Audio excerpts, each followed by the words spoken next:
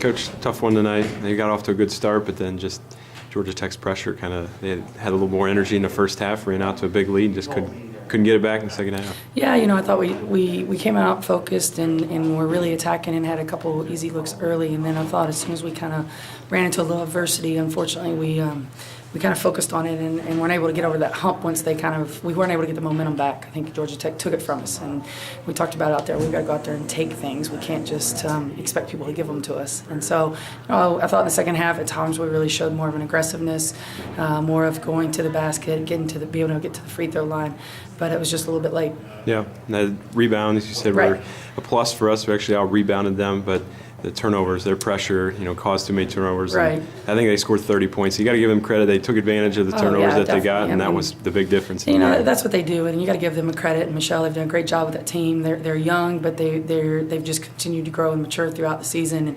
And they know what they do, and they do it extremely well. And scoring off the O boards, I think they still had quite a few points, so we gave up 20 O boards. We had 22, which is really good for us, but we still, one of our focuses was limiting the offensive boards. They lead the conference in it.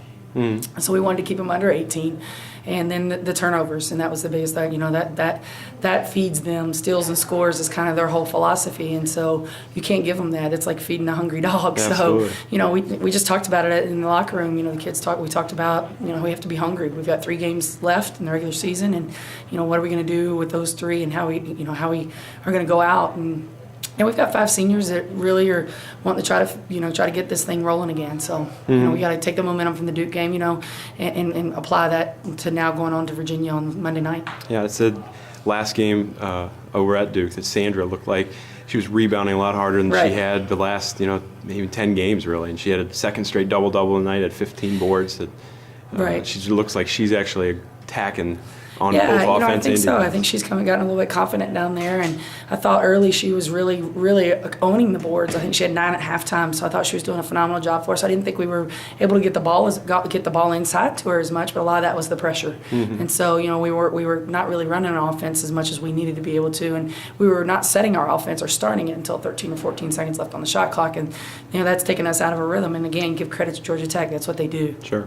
Absolutely. And then a big one Monday night up at Virginia, Right. two teams that are both hungry for a win. That's right. That's what we talked about. We said which team's going to be more hungry, which team's going to, make the game mean something, and what, who's going to, they're trying to recover from an injury to one of their star players, and are they going to pull around her, or are we going to pull around our seniors? And we talk a lot about senior night as it's coming up, so we've really got to just get back in and get back to work on the fundamentals and competing and just take care of what we need to take care of. So we'll be back. We'll go back out there and compete and play with heart and passion and really play determined. So All right. Thanks, Coach. all right, thanks. Go Deeps.